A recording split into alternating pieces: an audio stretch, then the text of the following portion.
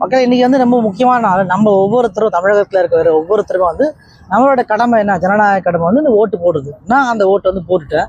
இந்த ஓட்டு போடுறது மட்டும் இன்னைக்கு முக்கியமான விஷயம் கிடையாது.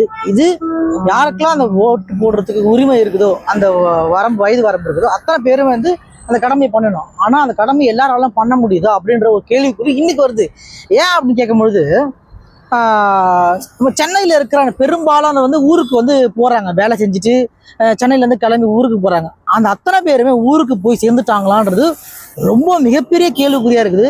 எல்லாராலையும் போக முடியல. ஏன்னா இங்கேருந்து பெருங்குளத்தூர் போகிறது, கிளம்பாக்கம் போகிறதுலேயே வந்து கிட்டத்தட்ட நான் காலைல 3:30 மணி 5:30 மணிலாம் வந்து அங்கேயே இருக்கிறாங்க. பஸ்ஸு கிடைக்கலன்றாங்க. ப்ரைவேட் பஸ் கேட்டுச்சா ஓவர் ரேட்டு, கவர்மெண்ட் பஸ்ஸு இருக்குது, பட் ஆனால் எடுக்க மாட்டாங்க. சில டைம் பஸ்ஸே இல்லைன்ற மாதிரி இருக்குது. நிறைய இடத்துல வந்து திருக்கழுக்குன்றம் செங்கல்பட்டு தாண்டி டிராஃபிக் இன்னமும் இருக்குது அப்படின்லாம் சொல்கிறாங்க. எனக்கு தெரிஞ்சு ரொம்ப நெருக்கமானவர்களே வந்து அவங்க ஊருக்கு போய் சேர முடியாமல் ரொம்ப கஷ்டப்பட்டுக்கிறாங்க. இளைஞர்கள் சில பேர் வந்து லாரிலாம் பிடிச்சி இன்னைக்கு நான் வந்து அந்த மாற்றத்துக்காக ஓட்டு போடுறோம் அப்படின்ற மாதிரிலாம் சொல்கிறாங்க.